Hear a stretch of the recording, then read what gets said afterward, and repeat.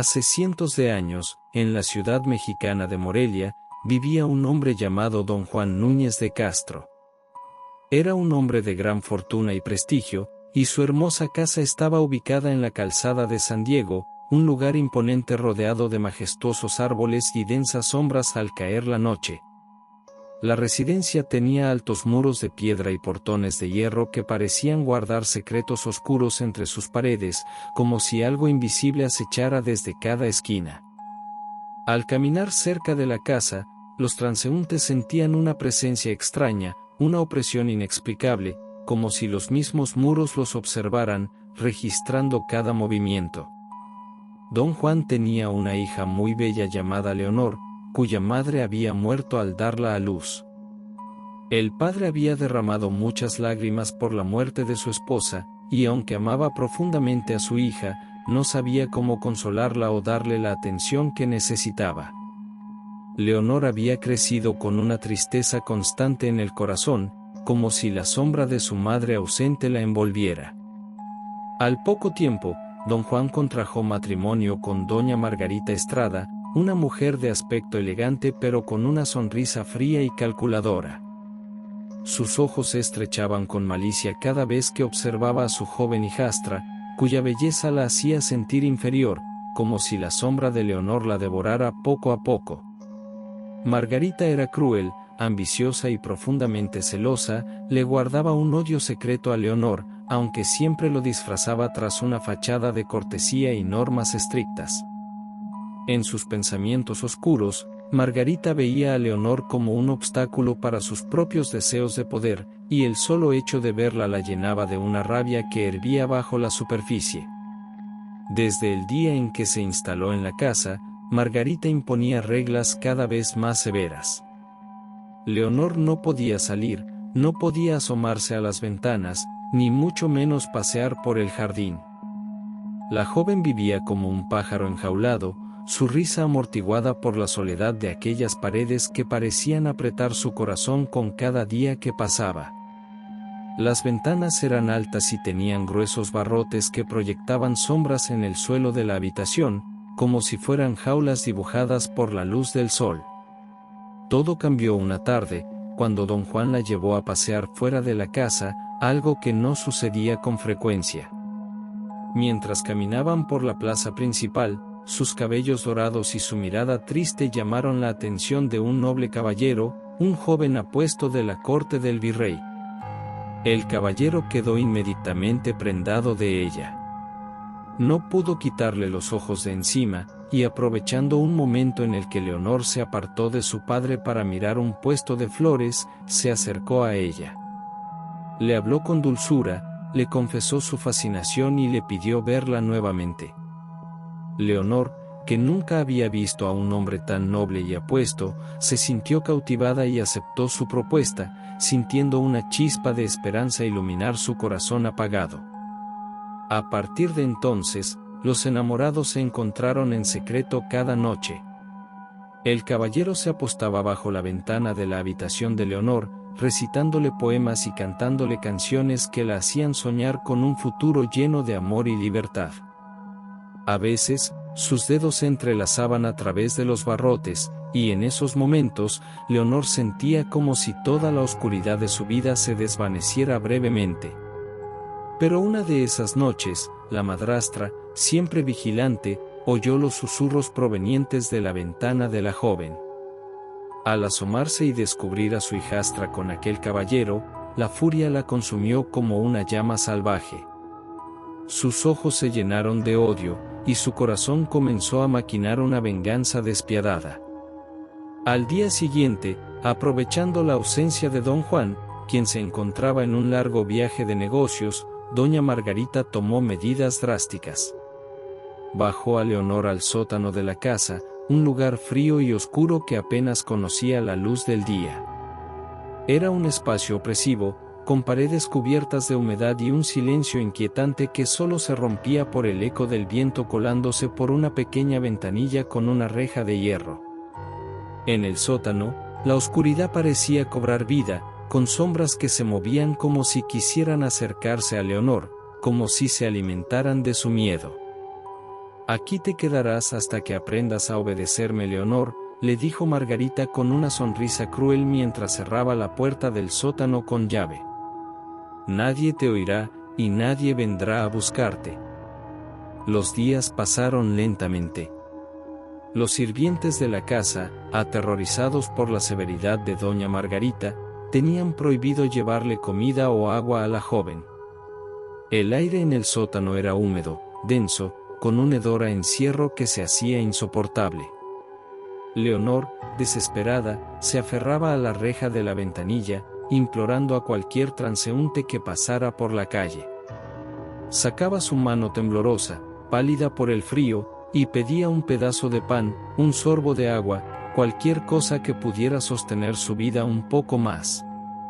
Su voz se quebraba en sollozos que se perdían en la noche, apenas audibles, como el susurro de un espíritu atrapado.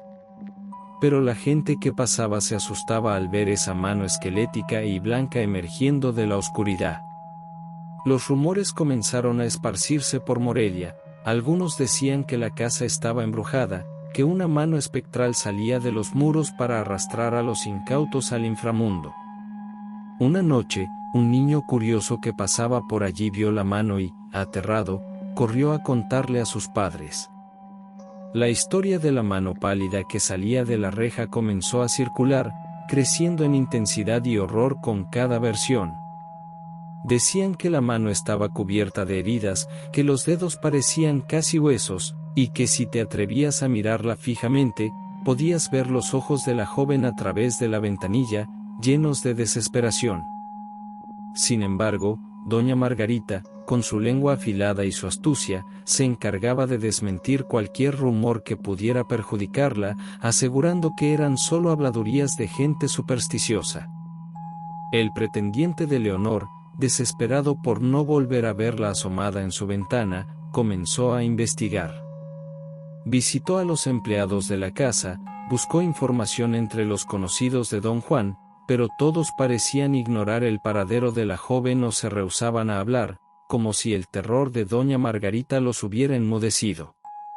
Las noches pasaban y él tenía sueños inquietantes, veía a Leonor vestida de blanco, con la mirada vacía y los labios azules por el frío, llamándolo desde un lugar oscuro. En el sueño, él intentaba alcanzarla, pero ella desaparecía entre sombras, dejando tras de sí un eco triste y desolador. Cada vez que despertaba, el caballero sentía una sensación creciente de urgencia, como si el tiempo se le acabara.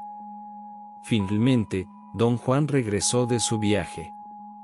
Al entrar a la casa, sintió una frialdad extraña, un silencio inquietante que se cernía sobre el hogar. Las sombras parecían más largas, y el aire estaba cargado de una tristeza profunda. No encontró a Leonor por ningún lado, y los empleados bajaban la cabeza cada vez que preguntaba por ella. Fue entonces cuando el caballero llegó a la casa y, con la voz temblorosa, le pidió explicaciones sobre su hija.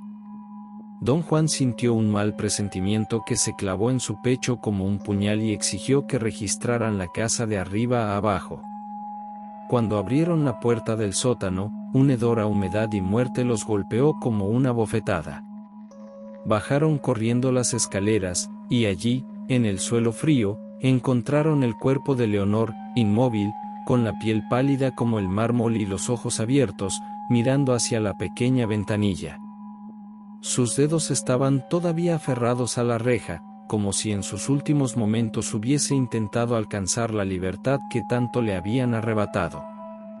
Los labios de Leonor estaban agrietados, y en su expresión había un dolor indescriptible, una mezcla de desesperación y resignación que congeló el corazón de su padre. El caballero, al verla, cayó de rodillas, sintiendo que toda la luz de su mundo se apagaba en ese instante. Doña Margarita fue arrestada de inmediato, acusada del crimen y enviada a prisión junto con los sirvientes que habían callado por miedo. Sin embargo, la tragedia ya había dejado una huella imborrable en la casa. Las noches en la calzada de San Diego se volvieron más frías y oscuras, y los vecinos evitaban pasar cerca de la casa de los Núñez de Castro. Decían que al caer la noche, una mano pálida y temblorosa salía por la reja del sótano, pidiendo una limosna, un pedazo de pan, un acto de bondad que nunca llegó. A veces, se podía escuchar el débil sollozo de una voz femenina que susurraba palabras ininteligibles, una súplica perdida en el viento. Y así, los rumores de la mano espectral se convirtieron en una leyenda que aterrorizó a generaciones enteras. Algunos aseguraban haber visto los ojos de Leonor asomarse también por la ventanilla, con una mirada suplicante que se clavaba en sus almas, mientras un susurro lastimero se perdía en el viento. «Ayúdame, ayúdame». El eco de su voz todavía puede oírse, dicen los ancianos de Morelia, cuando la noche está en su punto más oscuro y la luna ilumina la reja del sótano. Nadie se atreve a acercarse, porque todos saben que la tragedia de Leonor nunca encontrará consuelo, y su espíritu sigue atrapado, buscando la libertad que le fue negada hasta su último aliento. Algunos juran que, si te acercas lo suficiente, puedes sentir el frío helado de su mano rozándote, un roce que te deja con el alma en vilo y un escalofrío que no te abandona hasta el amanecer. Y así llegamos al final de esta escalofriante historia.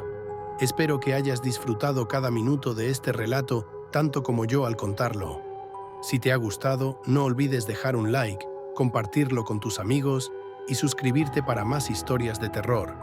Activa la campana de notificaciones para no perderte ninguna de nuestras próximas aventuras llenas de misterio y miedo.